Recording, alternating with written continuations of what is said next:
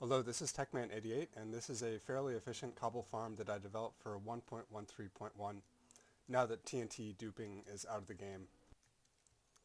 This blows up about 150 or so blocks per TNT, so I think that's a pretty good ratio even if you're digging for sand manually, but you'll definitely want a mob farm to get all that gunpowder. I did a couple things to simplify this farm just to make it a lot easier to build. One of them is this TNT aligner. So you might think that you can just drop a piece of TNT on a piece of obsidian down here, but this is actually not a very efficient way to do it, because I'll put some TNT there just to show. The center point of this TNT is actually right on the bottom in the middle, and then it does a ray trace to see which blocks it can blow up. So that's actually going to reduce efficiency. I got this information from XCOM 6000, and I will link his video in the description. So I put an obsidian block down here and going to wait for a TNT to come out.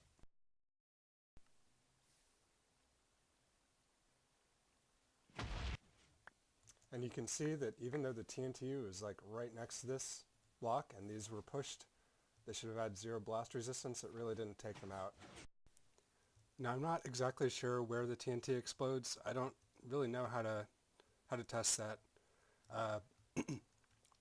But just to show you the dimensions of this, so the dispenser up there, this is looking at block level 76, and the dispenser is 86. So that's a pretty easy thing to remember. Just 10 blocks above, and make sure you use the looking at thing. If you do figure out a way to figure out the exact explosion height of TNT without going into the code and stuff like that, please let me know in the comments. The next thing is I use an armor stand rather than some sort of observer or counter or something like that to detect when it should push out the wall of TNT. And this is just a whole lot easier, I think. I've seen other designs that have a counter that count to 6, and then they would trigger the system. But that's actually kind of complicated to make a 6 counter. Another option would be to use an observer up here, but that also would be kind of complicated.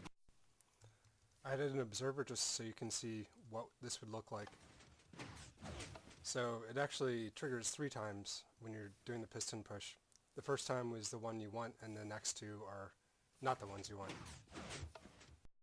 Now the tripwire hook is on the second block above this cobble formation. It's going to power this block here, and then it triggers this redstone dot, and that's going to trigger the system that I'll describe next. And then the last thing, I use a new type of count to 4 thing, a 4 counter, and this again it simplifies some of the logic of this, because to get the maximum efficiency you want to push 3 times just normally, then on the 4th time you want to push exactly the same time the TNT explodes to get the 0 blast resistance. I rebuilt that 4 clock over here so you can maybe see it a little bit clearer. And this uses something that I don't see used too often, but sometimes, just sometimes, this is the magic solution. It's to use this feature where you can lock one of these repeaters by putting a repeater in from the side. And the rest of this is just a regular binary counter. So there's an observer that's passed back and forth, and that actually triggers this block every time. It's going to send a signal into that repeater, but only when it's pushed forward is it going to trigger this piston up here. And the last observer, this is when this moves back to this position, that means that's at the end of the cycle. So back at the actual cobble farm, this is the 4 counter that I was just showing. And I have the same 2 lamps that I have over there. And I have a button here that I can just manually trigger it. So you can see that it's doing the same thing. Now it's going to do the TNT.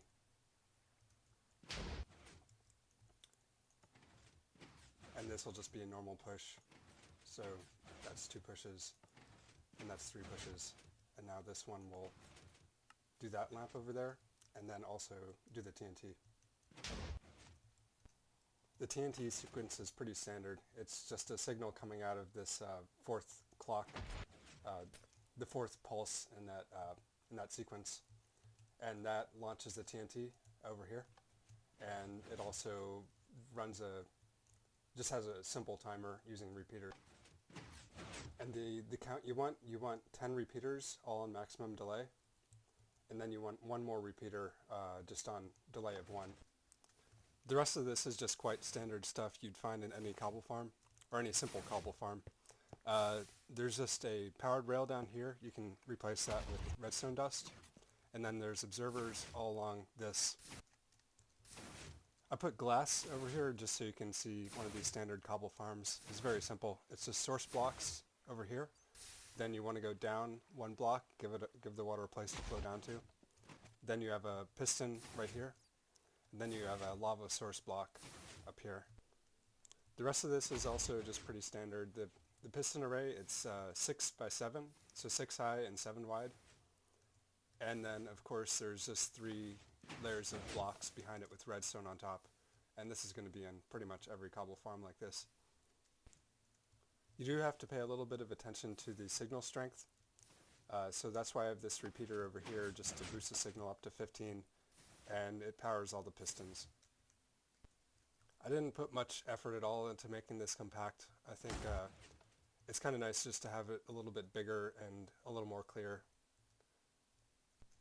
I haven't found this to be 100% reliable, maybe like 99.5% reliable.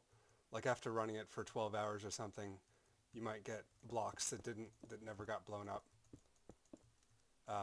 So then you'd have like 12 blocks coming out of here. And this isn't really hard to fix at all. It actually might fix right here. No. So to fix that, you just break this block and the block below it, so the armor stand can get out of the way and this tripwire hook can untrigger. I have actually built this up in my survival world, so I know this is a viable option, even early game. I think it looks kind of cool. It's kind of like a crane up there, and it's mining out cobblestone from the cobble generator, something like that. And I can just come over here and turn it on. It only took like about 10 minutes or 10 minutes or so just to get the sand. It actually took me like an hour to figure out where my desert biome was. So I haven't even built a collection system for this in my survival world. I got tired of building, and I just wanted to get some cobble, because early game you don't have a lot of cobble. Like, this is how much I got out of the machine so far. And I need to make pistons and all that kind of thing you use tons of cobble for. And also maybe stick it in a furnace, because now we have this infinite kelp fuel source. So this might be a good way to get experience and also stone at the same time. So yeah, just kind of sit here, wait for it to do its thing. And I don't even have this on a fast clock. I just have a simple fader clock, because I ran out of repeaters and I didn't feel like making them. So that's what's kind of fun about starting over in survival, is that you have to make sacrifices like this or adjust yourself a little bit. But I think it's kind of fun. I'm getting tons of cobble.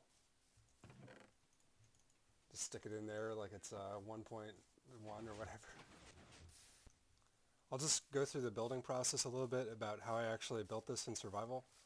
And I actually ran out of cobblestone in the process, so I was using the cobble farm to get cobble to build the farm, which is kind of fun. So I started out on the bottom with the pistons. I think that's a good place to go, because it shows you exactly how high you want to build this. You want to build it 12 high, but I would just run the cobble generator to get yourself a platform up there. And then up here, I just have a stairway. And this is pretty much exactly the same. I think I moved a couple things around. Like I put this wire down the center instead of over by 1, and just, this is a different shaped clock. So I think this is a fairly reasonable thing to build. I think it probably takes maybe an hour to mine enough cobble and wood or whatever. And of course you generate cobble in the process to make all the pistons. And just for context on this world, I've been playing for about 2 or 3 weeks. I've been really taking it slow. I don't think there's any point in rushing to build every farm you've built before. This will conclude this part of the video. I'm going to show a little bit more on another type of cobble farm I worked on a little bit. but I think this is enough information to build this whole thing, and I hope it's easy enough to understand so you can make variations or whatever. I don't think you just want to build from a blueprint. This is another concept I've been working on for a cobble farm. I saw a video by Mizuma Games where he would push cobblestone in from both directions and trap a TNT entity inside of it. So the idea on my version is that you'll push down with the pistons while you blow up the TNT. And there's a small hole in here. So what you would do is you would have a launcher for TNT down here, which I'll get into a little bit later. And it'll come up here and explode right in the middle of it. And that should yield very high efficiency. So this is obviously in the testing phase, and I can kind of guide you through some of the things I've been using to test it. Like right here, this will push the blocks down while it summons a TNT. So it's actually three things happening. First, it'll fill up a whole layer with cobblestone. Then the next thing it will do is trigger this command block, which summons a TNT. And by the way, if you don't know, that's just summon TNT.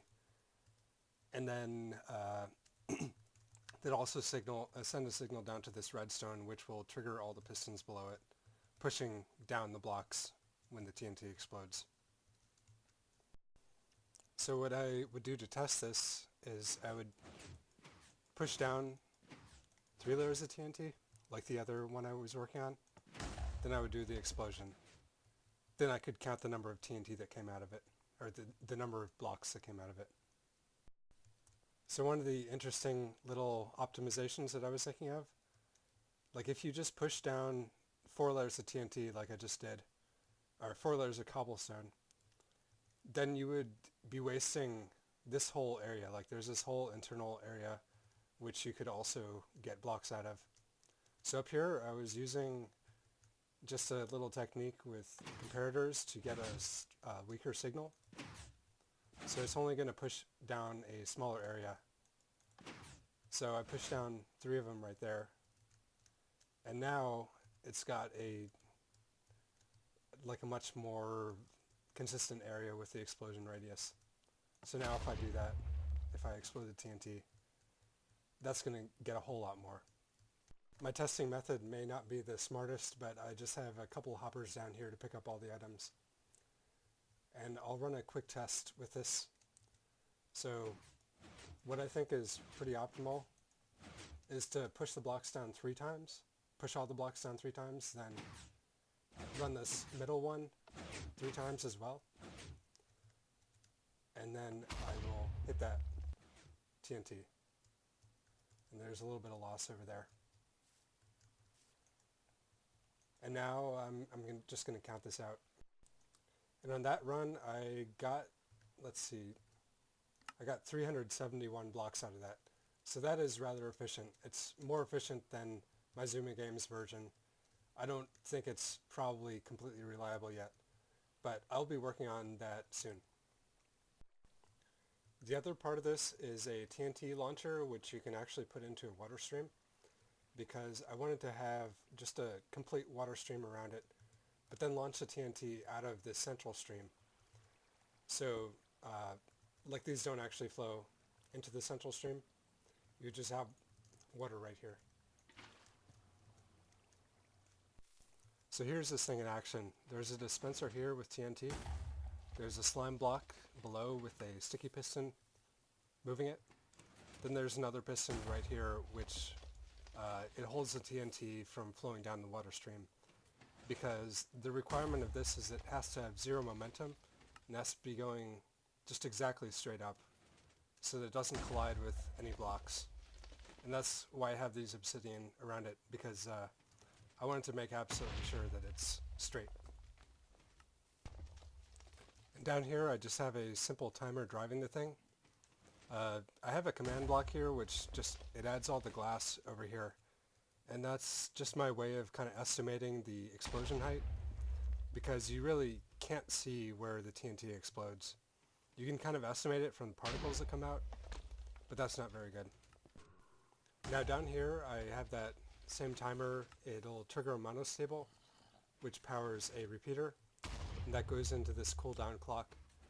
And to the outputs, this one goes to the dispenser, and this one over here goes to the piston that holds the water back. the water back. And then down here, there's another redstone torch, powers the redstone dot, monostable, blah, blah, blah. And then that eventually will trigger the piston that shoots the TNT up.